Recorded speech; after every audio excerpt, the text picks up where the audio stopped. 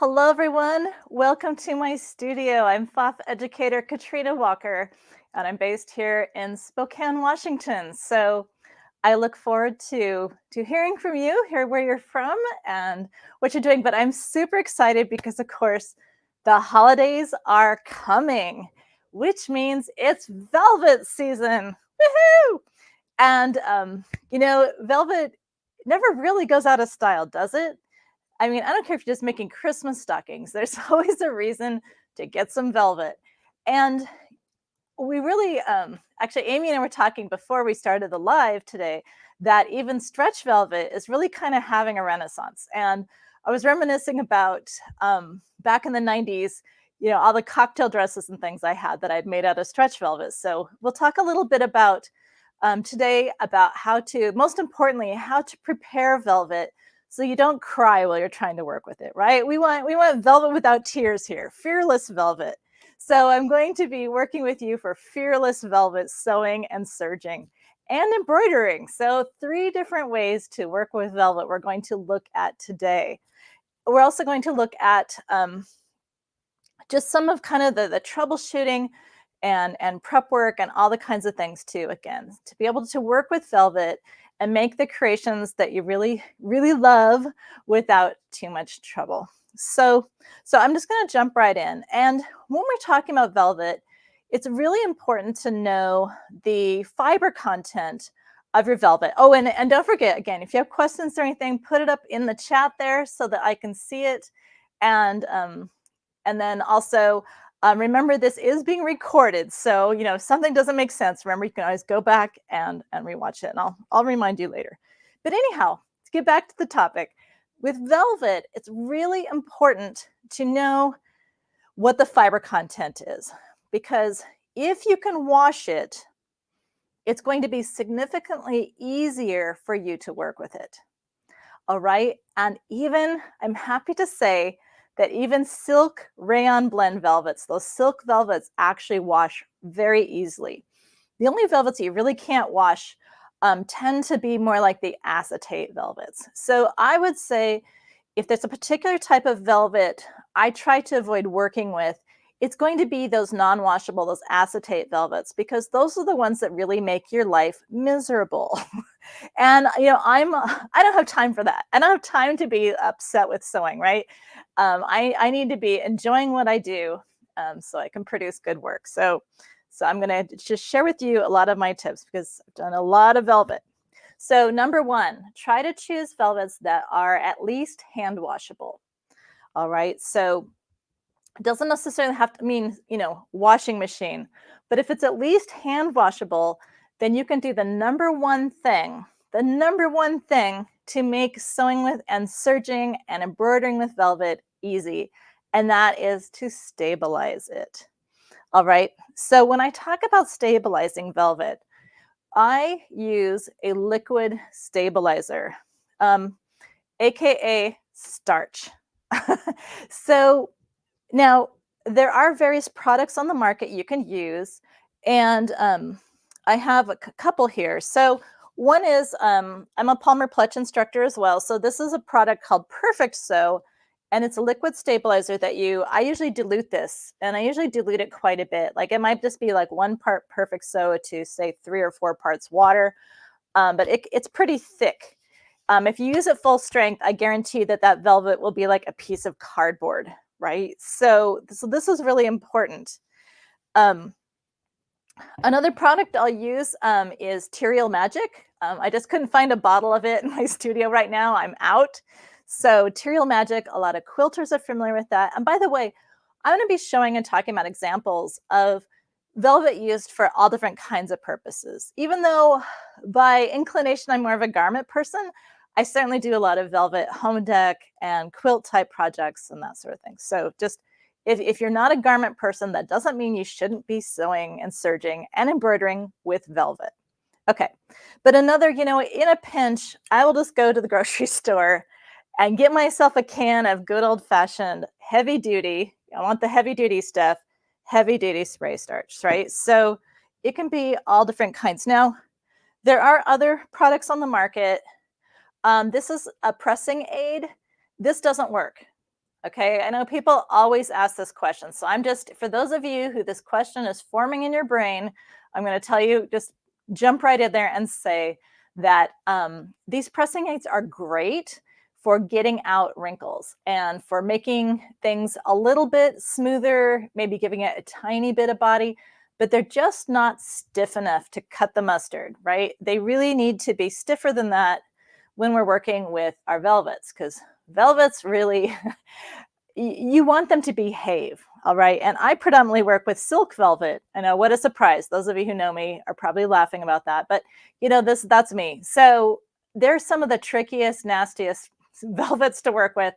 I don't have any problem because I use the stiff stuff.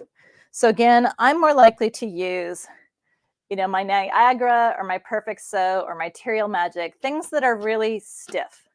Now, again, as long as your velvet can be washed, you can use these because you're going to wash it all out when all is said and done. So one example is actually like right behind me. So I'll go this direction. So this is, you can't see the whole thing, but trust me, this embroidery goes all the way down to the hem, all the way around the hem and all the edges and around the collar and around the sleeves. And I call this the duster that ate July, because it took me an entire month of July to get this put together. Now, I also digitized the embroidery, so I think it was more than a month, but it took at least one solid month to do this garment.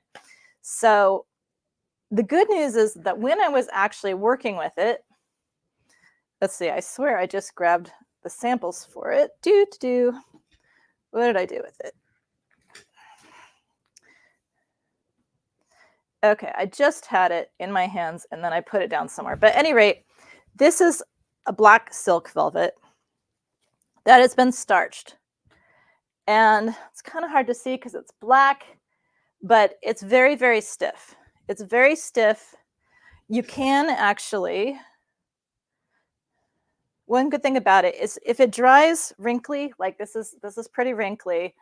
Let me just see if I can adjust the exposure here real quick to make it easier for you to see. Hang on.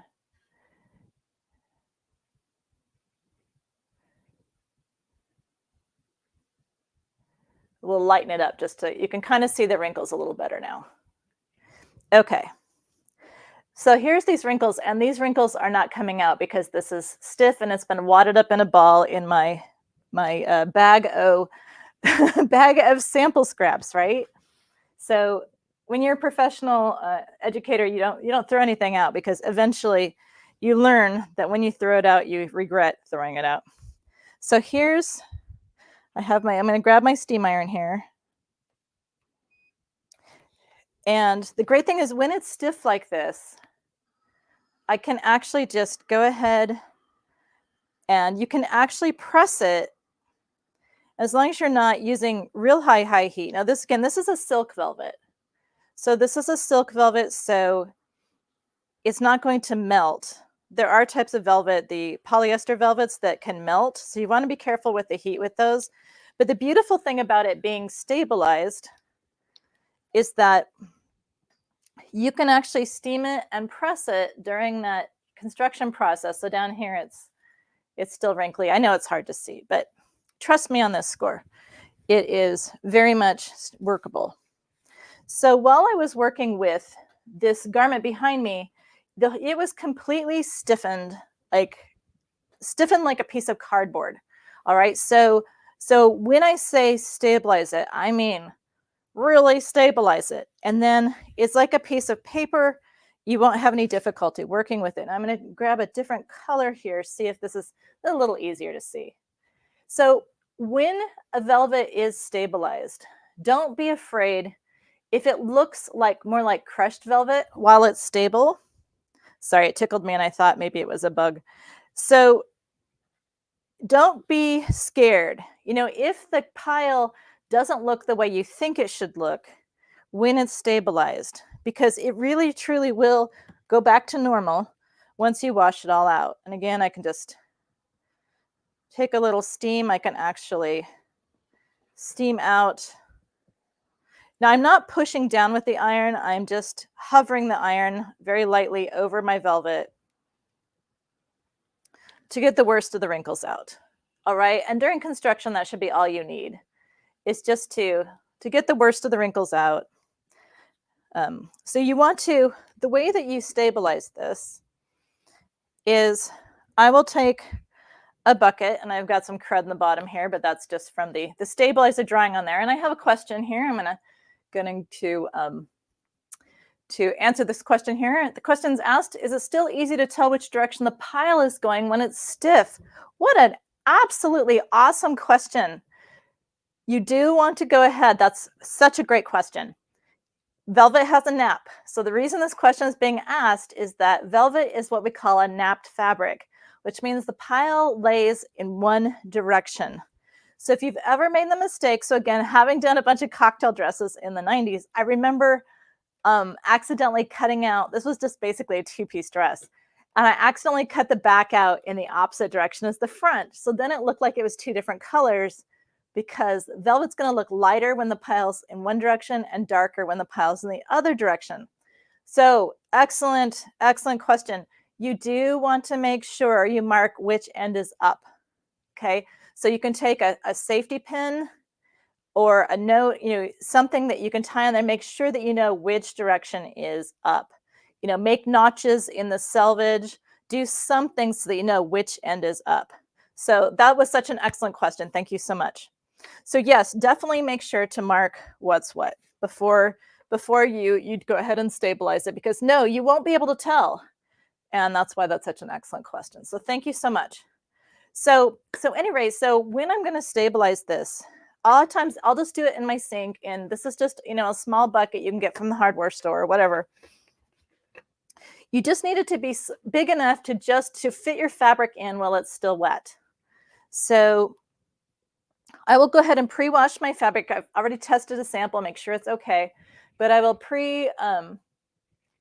whoops, I should go back up. Sorry, playing with the exposure again here. But I will pre-wash it to make sure that it's washable. And then while it's still wet, I will go ahead and, if I'm using spray starch, I will just go ahead and start to saturate it inside. And you want to saturate the whole thing. Like, the whole thing should be damp. If I'm spray starching, I don't usually get it soaking, dripping wet, but I make sure that the whole thing is saturated. It just makes it so much easier to work with. So I get the whole thing wet. And even though this has already been starched, it's not going to hurt it to get stiffer. So once it's all done, if you're working with a silk velvet like this, you want to take it out and gently roll it in a towel to get out any extra moisture, which will help it not to be so heavy. Because I know this is kind of starch dried in the bottom here, so it's not going to hurt anything. But you just want to get the whole thing really wet and get it super saturated. And that will go ahead and then so wrap it in a towel, get the excess moisture out, and then either lay it flat to dry. And you want to lay it flat to dry on something that you can wipe off later, or put a sheet of plastic down. Or actually, in my studio here, I actually have clotheslines in my studio, and I have a tile floor that I can wash. So I actually very carefully hang it on a clothesline, with the grain, straight, basically. I will have a fold line, which may or may not press out very easily. I may have to cut around it. You just have to test and see. Usually I can steam that out, but I do sometimes have a fold line, or when it's kind of partially dry, I'll move the fold a little bit to help make it not set so much. So there's various ways to work around that. But that's the number one tip I can give you today. Number one tip is starch your velvets. Now, the other kind of stabilizer, like maybe you didn't stabilize your velvet before you cut it out. So that's the other thing to point out. I do this before I cut anything out. Once it's stabilized, once it's stiff, I can steam press it, get it all laying out nice, and then cutting it is a dream, right? It just lays on your table. It's not going anywhere. So cutting it's a dream. But if you cut it out and you're like, oh no, I wouldn't necessarily do the liquid stabilizer. That's when you want to get out your Aqua Magic Plus, Pfaff, it's a Pfaff stabilizer, Aqua Magic Plus, or a similar wash away sticky stabilizer. So this is the kind of stabilizer we use for machine embroidery, but it works for sewing too. If you have forgotten to stabilize your project, it's not too late because you can cut strips of sticky wash away stabilizer and you can stick those onto the backside of the velvet and even onto the pile if you really have to. And that will help keep it from creeping and crawling and moving around, and it will make it easier to pin and all that stuff. So silk velvet, if you don't have it stabilized, you may have to not only pin but hand baste your seams to hold, and sometimes you have to hand baste 2 rows to keep it from creeping and crawling. Now that brings us to, so again, but Aqua Magic Plus, that sticky wash away stabilizer can be put on your seam allowance, especially for stretch velvet.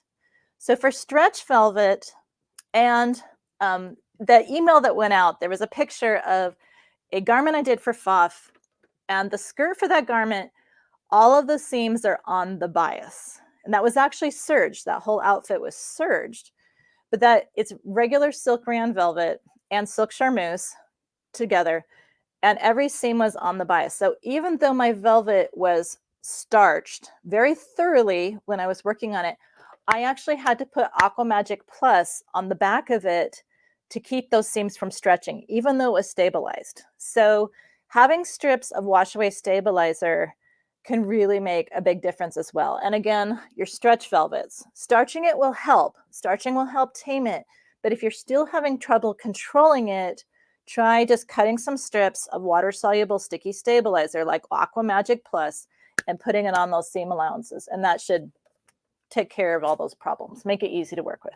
Okay, so let's talk about actually sewing velvet. I find that sewing velvet is it's fairly forgiving. It's not a very tightly woven fabric, so it's fairly forgiving. So the one tool, of course, that makes sewing velvet so much easier is our beloved IDT, right? If you sew on a Pfaff, I know you probably sew on it like I do, partly because we have our IDT, which, is technology that Pfaff introduced over 50 years ago, right? We were the first by over 50 or about 50 years. So IDT, that dual feed, is what makes sewing velvet so much easier because it really tames it from slipping and sliding. I can show you here. I have a couple strips on. So this is some silk velvet that has been stabilized. Pardon my working girl hands here. I live on a ranch. But here is some stabilized velvet. So it's fairly stiff. And this is actually scraps left over from that skirt.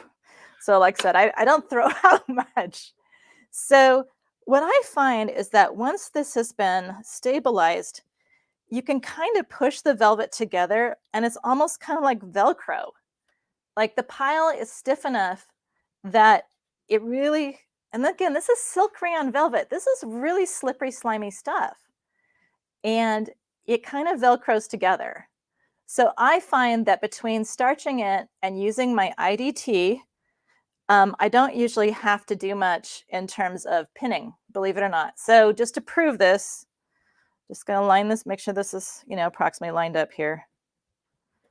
This is just obviously a scrap, so I'm not real worried about it. But, when I was doing that Harlequin skirt, it was all pieced, so everything had to line up too. No pressure there, right?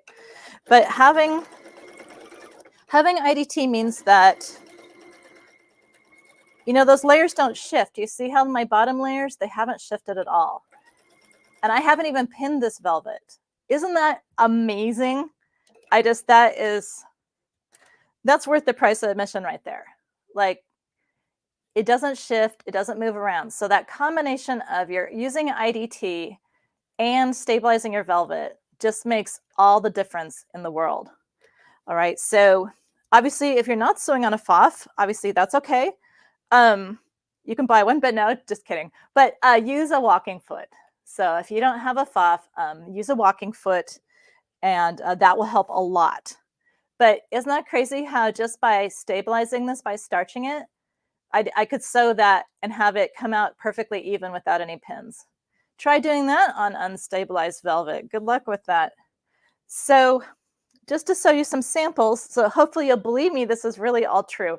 Besides, like I said, you have my word for it, that this was basically a piece of cardboard the whole time I was working on it.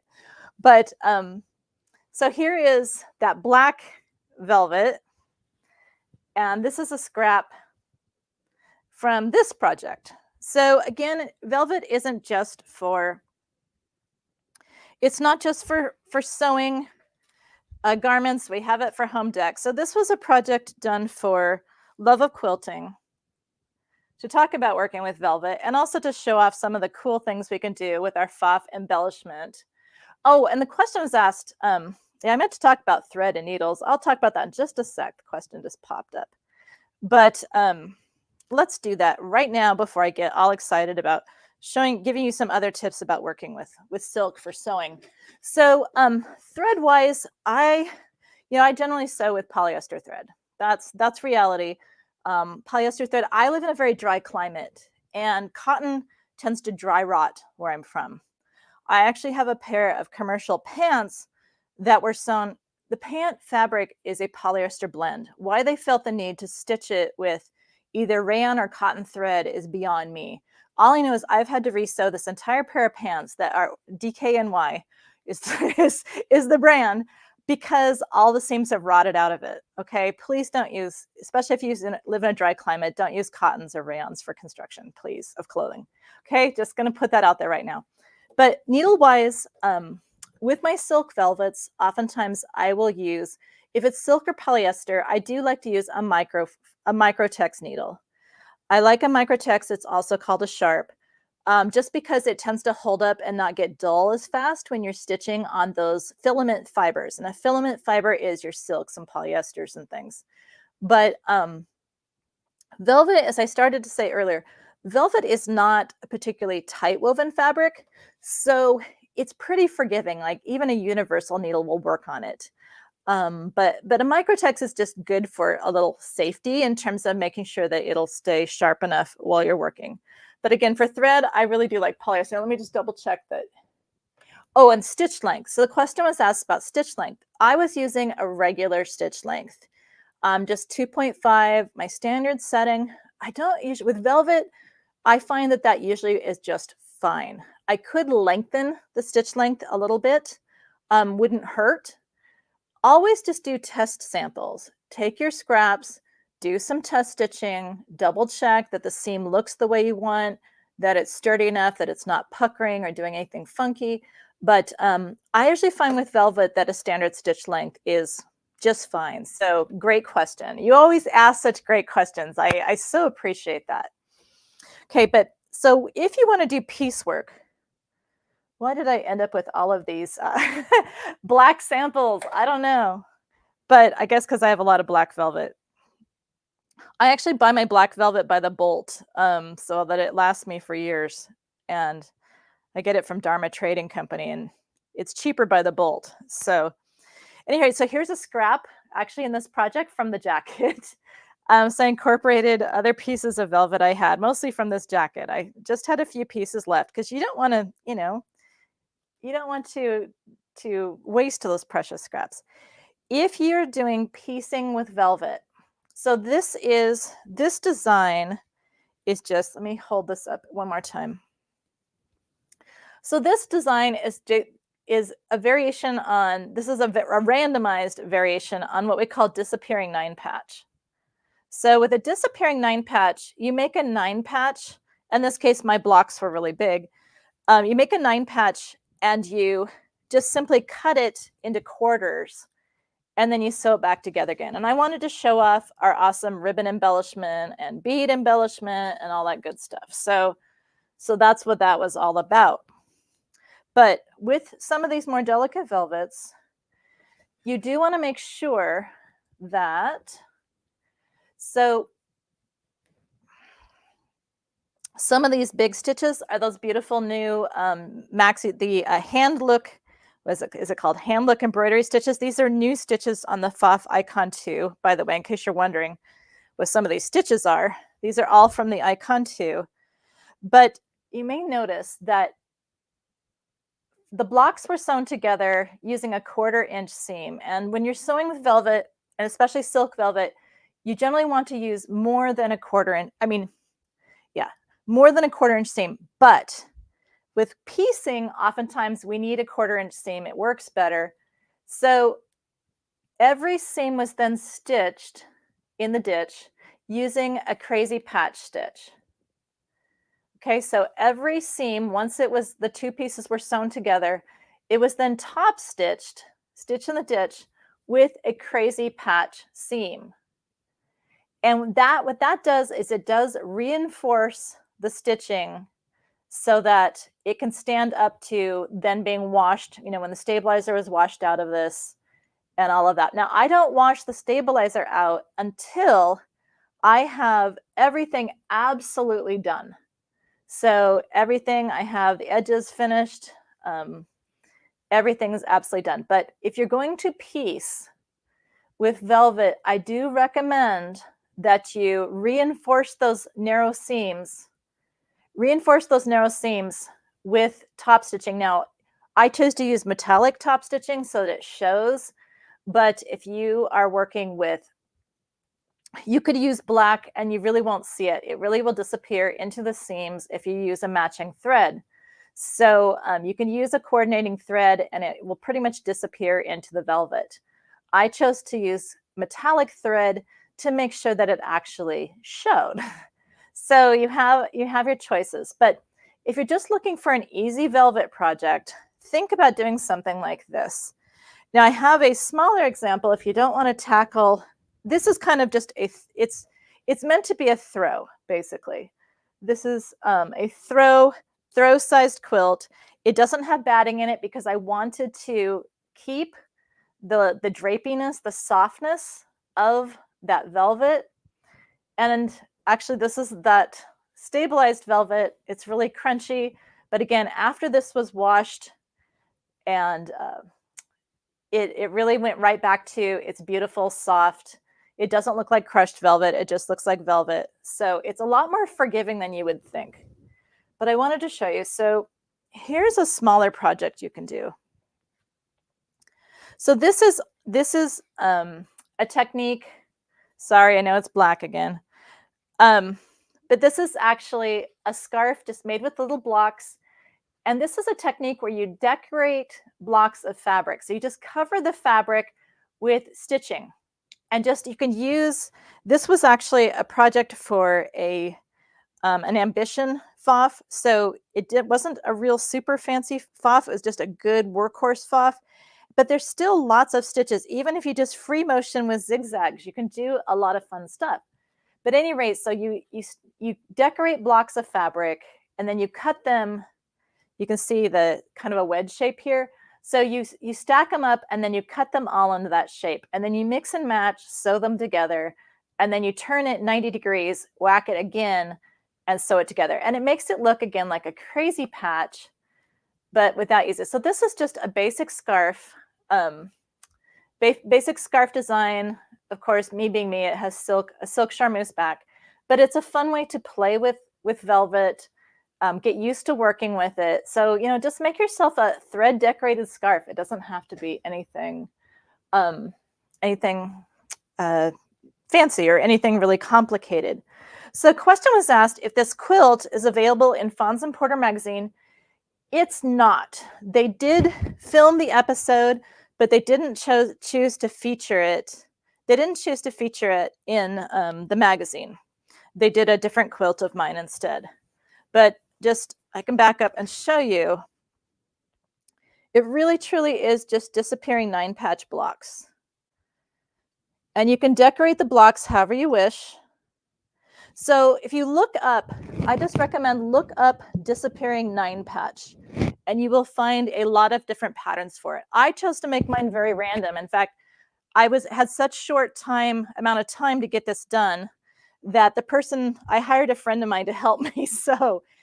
And she was very frustrated because she wanted it to have some kind of regular pattern. And I said, no.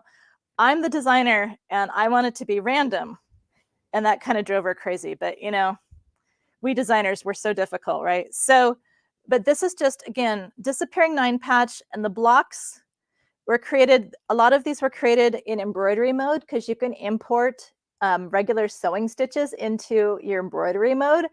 And you can stitch them out as blocks that way using the awesome quilting hoops. So hint, hint, don't go ahead and make your machine do the work and just use that. You can use your 260 by 260 hoop and do great big blocks of stitched out embroidery. Obviously you can sew it yourself on the machine too, but I had like 2 weeks to get this designed and done. And I think I even had a quilt show in the middle. So I didn't have a lot of time, but make your machine do your work for you. And again, this is really just all stitch embellished and super fun. It's really not that hard to do. And, you know, working with velvet for crazy quilting is super traditional. So it's a great way to go. So I want to quickly talk about serging before I get into talking about embroidery. So we were talking earlier about, or I mentioned that stretch velvet's kind of having a moment again, you know, a renaissance. And so with stretch velvet, number one hint, of course, stabilizer, but especially for the seam allowances, right? I wish I'd known this back in the 90s when I was sewing with it a lot, but better late than never. And so I recommend, again, cut yourself strips of water-soluble sticky stabilizer, our Aqua Magic Plus, put those on those seam allowances, and you'll be able to serge it no problem. But there's one other tool I do want to point out on the serger that's a big help for working with those stretchy velvets. And that is, of course, make sure that you're using what we call differential feed, all right?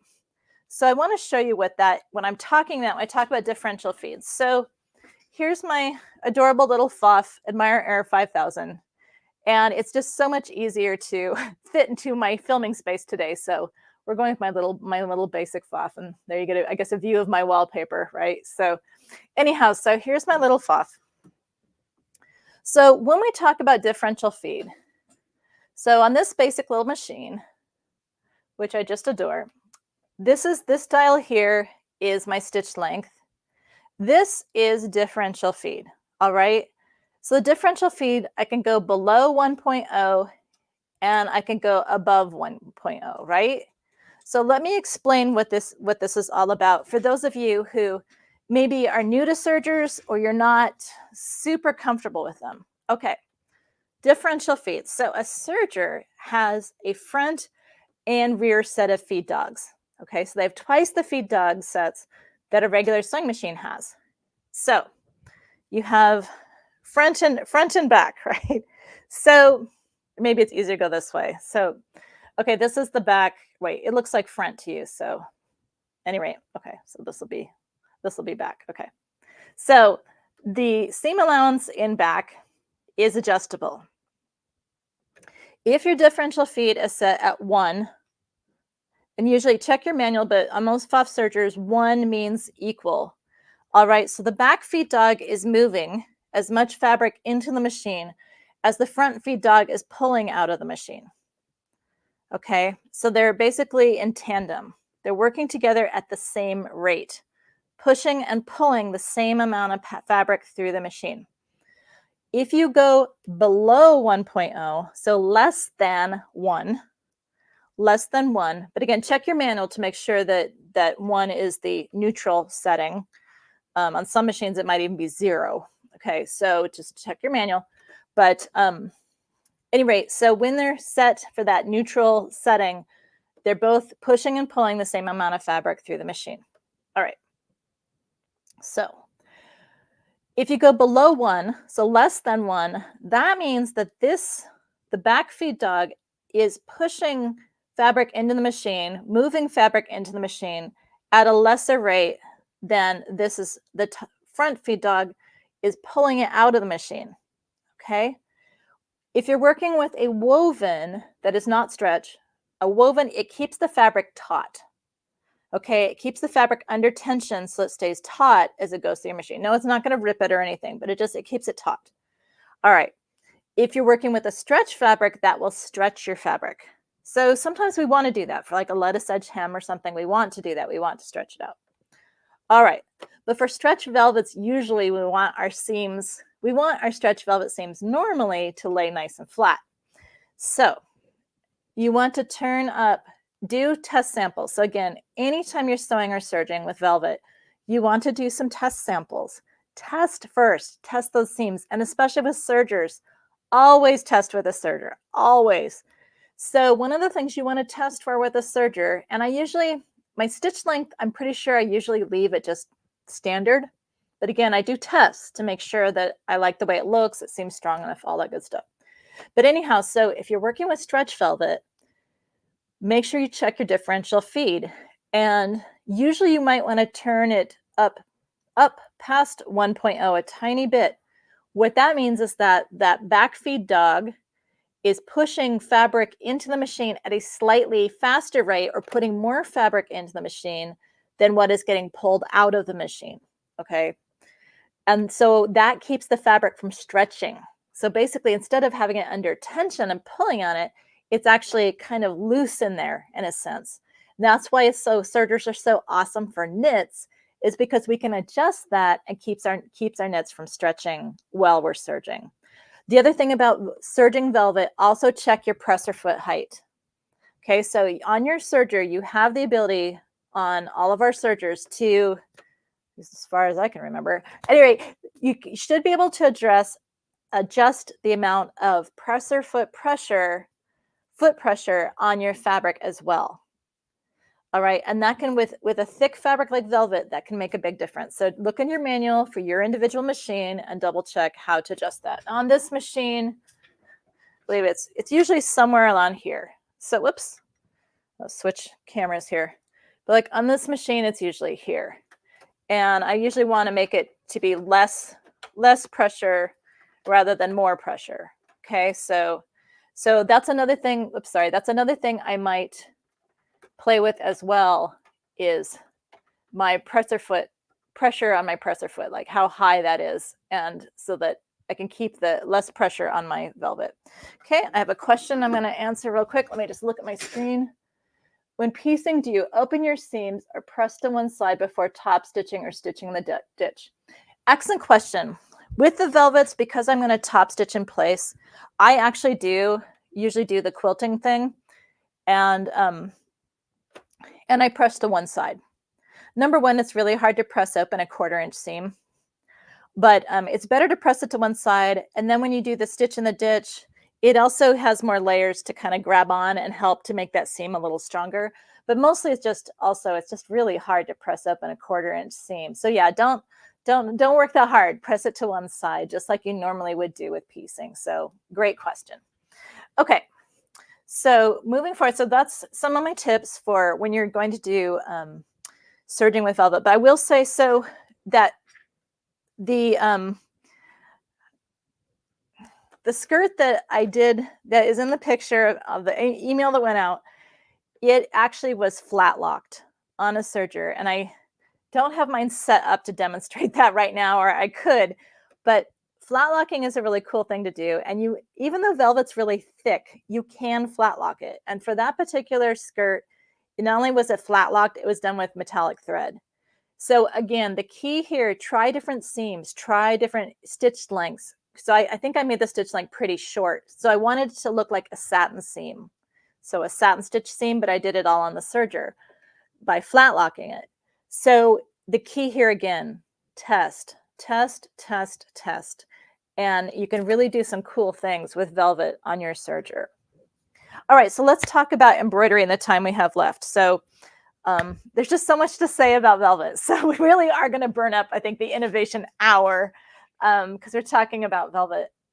And so embroidering velvet, again, just like with sewing, the big key is to go ahead and stabilize it. Now, when I stitched this out and other similar projects, I did also use a topper. I did use a wash away topping film on this. And the reason why, let me just go to my overhead here. So one of the reasons why is, and actually this, I need to back up on my outline here. When you are choosing designs to stitch on velvet, so I'm going to just back up a tiny bit before I go back into my stabilizers. When you're choosing a design for velvet, it's good to do some test stitching. So this was another motif that I digitized, potentially to use on that duster. I didn't actually use it. This has been washed out.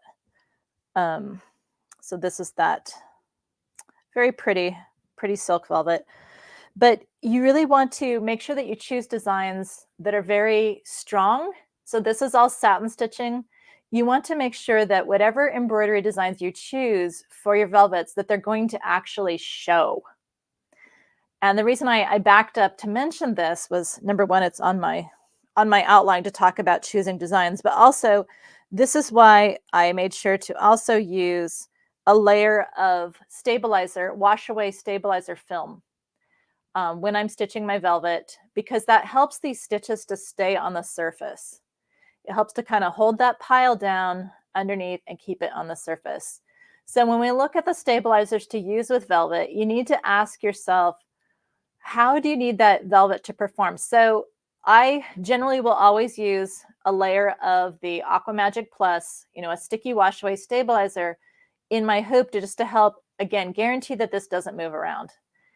And I already mentioned I do use a topper of the wash away film. Now, on my jacket, I'm pretty sure, well, I put very deep hems up, but yeah, so on my jacket, let's see, I guess you can't really see that, but, well, maybe you kind of can. Obviously, I used completely wash away stabilizers. I probably used a layer of Aqua Magic Plus and then a layer of just plain old Aqua Magic, which is the non-sticky stuff, so that it would all wash out, because I wanted to make sure that this duster flowed, that it really hung, it has weight, it has drape, it has movement. Movement's really important. So I made sure that the stabilizers I used were completely wash away. Now this sample in front of me actually has a lightweight cutaway stabilizer, and I think there's 2 rows of it, actually 2 layers. Yeah, there's 2 layers of it. I will often use 2 layers of lightweight, like our no-show mesh stabilizer, 2 layers of lightweight. This really helps to give it long-term stability if that's important. So I have some pillows in front of me, or next to me. So in the case of a pillow,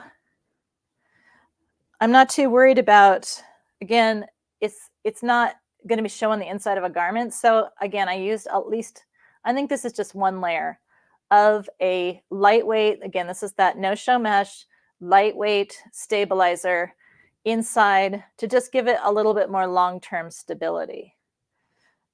So these are some thread velvet and applique. So again, we're talking about designs. I do want to take a moment to kind of especially talk about doing applique on velvet, because there's some problems with doing that. So this is a design, and I see I have a question popped up, and I'll answer that in just a sec. Or actually, I take that back. I'm going to look at it right now. When embroidering, are you using the same weight thread in the needle and bobbin? That is the question that was asked. And the answer to that is, generally speaking, yes, I generally am using the same weight in thread in the bobbin and the needle. I'm kind of a bad actor in that actually I use a lot of pre-wound bobbins, but you have to know whether your machine likes that pre-wound bobbin. There are some lesser quality ones that my machine don't like, but I'm not going to smear anyone by naming any names. But just if you do use pre-wounds, make sure they're good quality. But I do try to balance my thread, yes. Actually, balanced in, of course, in embroidery terms means that if you see, like on here, when you look at satin stitching, on an embroidery machine, the back of a piece of satin stitching, this is actually very nicely balanced. If you look at satin stitching, you should see 2/3 bobbin or 2/3 needle thread, 1/3 bobbin thread. That is correct tension. That is correct balance for machine embroidery. When you look at satin, this is in commercial embroidery, we actually run tests that are just basically H's, so you can get columns going in both horizontal and vertical directions. And that's what we look at. We look to see, is there basically 2/3 needle thread and 1/3 bobbin thread showing on the back. So that is correct, considered correct tension for machine embroidery, FYI. All right. But going back to doing applique on velvet. This design, these are designs from, I believe these are all in my Sonnet. These are older Pfaff designs, is done quite a while ago. And these are designs intended to be thread velvet, meaning that it's layer upon layer satin stitching, and then you cut it open. I chose not to cut it. I just wanted this beautiful, heavy, layered, very textural satin stitch because I knew it would make a beautiful pillow on this black velvet. Now, here's where the problem is, and I'm just actually going to grab a close-up camera here. I might have to do a little adjustment. So, okay. Thank you for your patience. I just get that adjusted a little better for your viewing pleasure here. All right. Do you see what's happened here? So these are scraps of, surprise, surprise, this is scraps of silk. Now, a couple things I could do to prevent this from happening. You see how this has failed along the edge of this particular applique. When you're doing applique on top of velvet, even if you have a satin stitch around the edge, do you see how you can see just a tiny bit? It's not as obvious when you look at the pillow from a little bit more distance, but close up you can see this. If you're doing applique on velvet, oftentimes, even if you're using a satin stitch, you need to go ahead and stitch the applique, and only after the satin stitch is done do you go ahead and trim the fabric off. Okay, the reason is because you have this pile under here, and even when you use film, you use stabilizer, all this stuff, but the pressure of these fibers pushing up on this fabric over time can cause the edge, especially when it's just kind of a running stitch applique, it can cause that to fail over time, as you can see has done on my sample. That it's just over time, and silk is real prone to shred anyway, but this can even happen with non-silks or synthetics or what have you, where just the pressure of the pile pushing up against that applique fabric can cause it to shred along the edges, all right, and look really messy. So the answer to that problem is, number one, it's better if you choose, well, okay, there's another answer too. If I had used, I don't think I backed this with fusible interfacing. If I'd used a fusible interfacing or a fusible stabilizer, I could have kept this silk from shredding quite so easily all around the edges, where it literally just fails. And again, that's the pressure of the fabric behind it pulling on it that causes this to happen. See how you can see the kind of this little darker line here. If I had interfaced some of the silk with a fusible interfacing or a fusible stabilizer, it would have helped keep this from failing. So that's one thing I could do. Another thing you can do is, again, make sure you use more of a satin stitch. That will also help to keep, and again, you don't trim it until after it's all sewn. So normally your applique stitches out with a running stitch, you trim your fabric, and then the satin stitch covers up the raw edges. But if you're going to be doing applique on velvet, do some tests. Again, test, test, test. And to see what your tests tell you.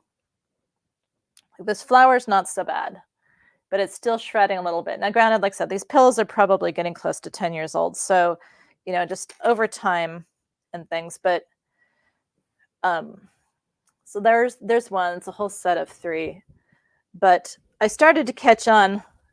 Sometimes I'm a little slow, but I did start to catch on by the time I got to this one, where I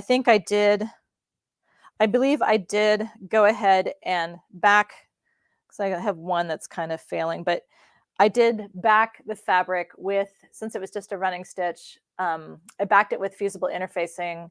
It did help keep it from failing on this one. So better result.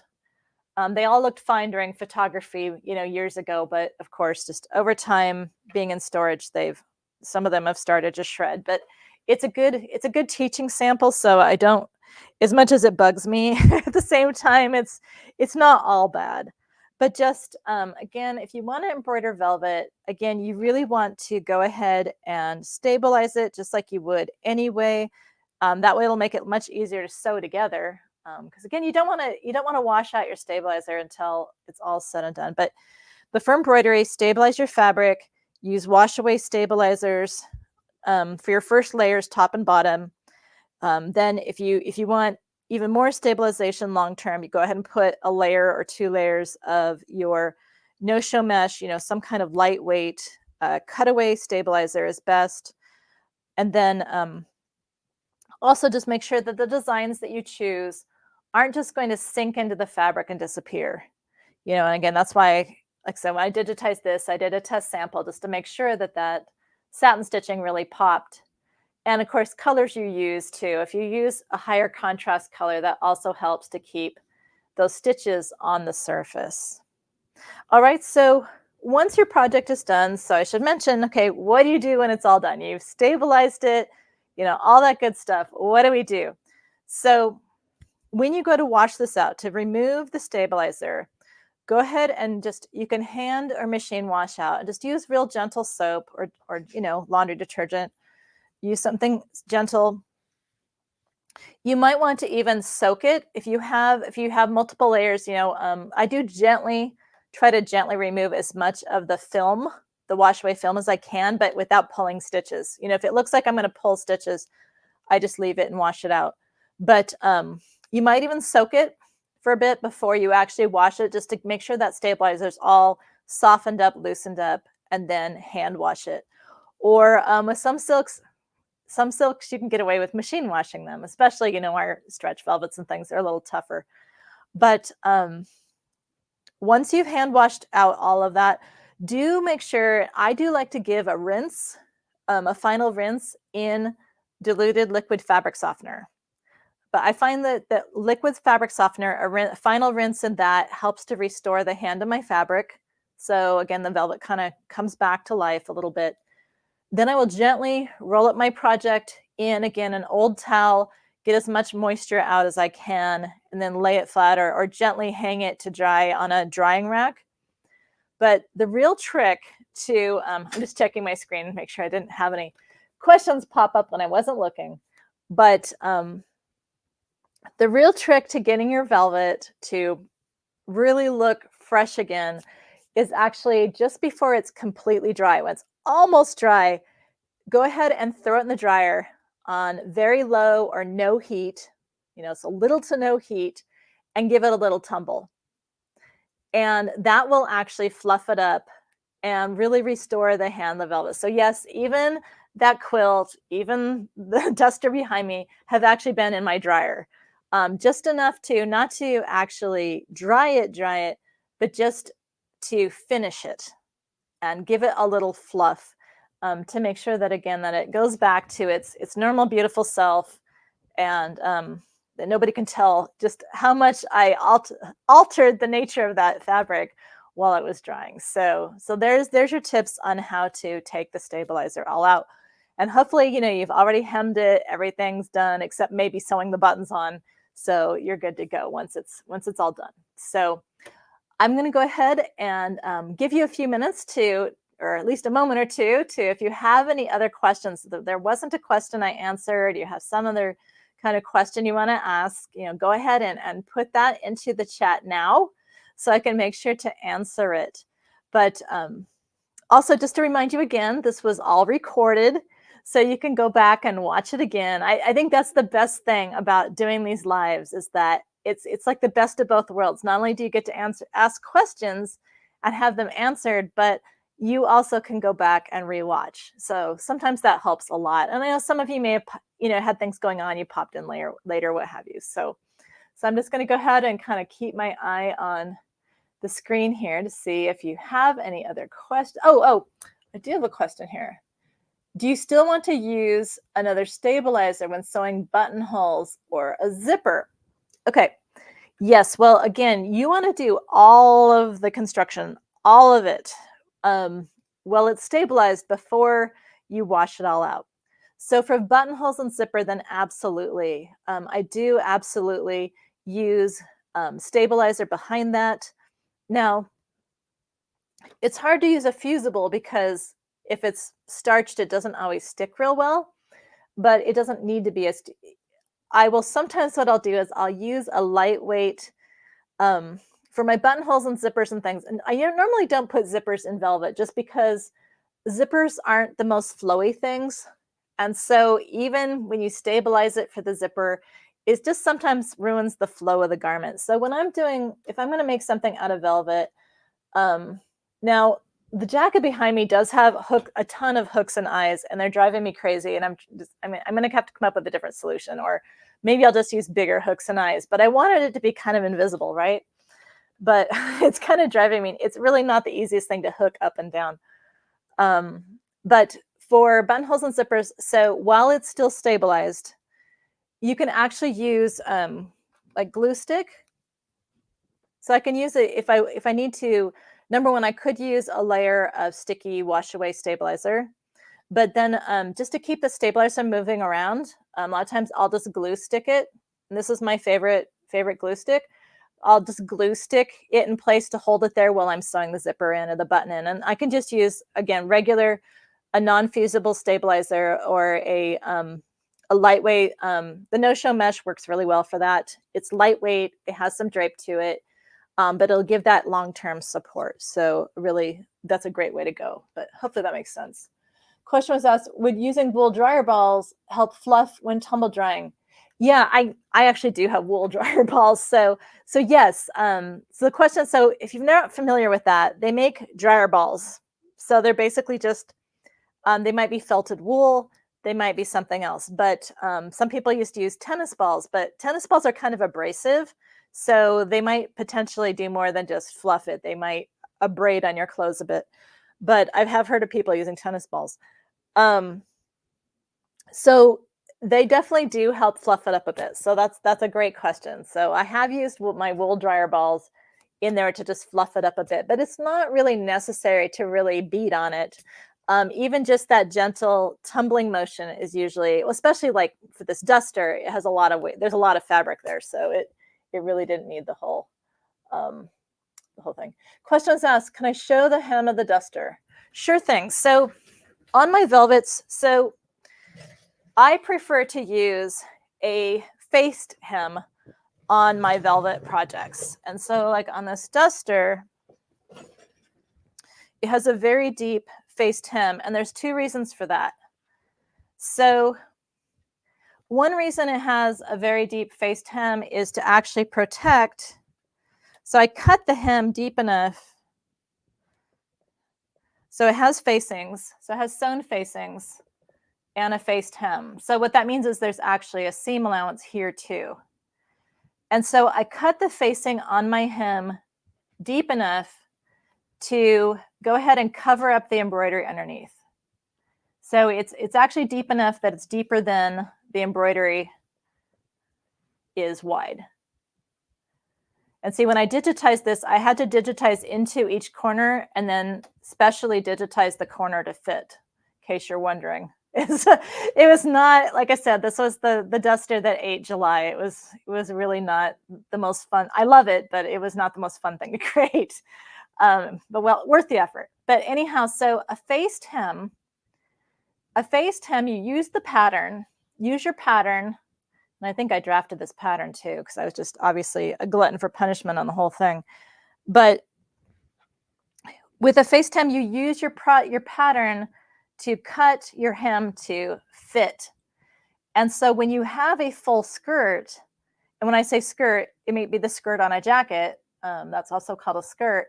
So you, the beautiful thing is that, when you turn up a hem, you always have the inside edge is usually shorter than the outside edge. So when you turn it up, if it's not been cut properly, you have all this extra fabric you have to fit in and try to ease in. If you cut a faced hem, it fits because it's been cut from the same pattern. You don't have to deal with it not being shaped properly or not, you don't have to deal with easing in fabric because it just fits perfectly. So anytime I have a garment that I want to have a lot of swing to it and a lot of weight is always good in your hems. Usually the heavier the better. That's why Chanel put chains in her jackets, was so that they would hang better on the body because it gave weight to the hem. So a heavy hem is good. So this is just simply, it's a faced hem You can see I just used my serger to serge the seam allowance on that. Let's see, what did I use on my, I might have actually fused my, oh no, I didn't. Right, sorry, on my facing, I was curious what I used, but it looks like I just use a sew-in stabilizer. Well, no. Oh yeah, I did sew the interfacing to my facing and then turned it. Anyhow, but going back to the hem, it's a faced hem.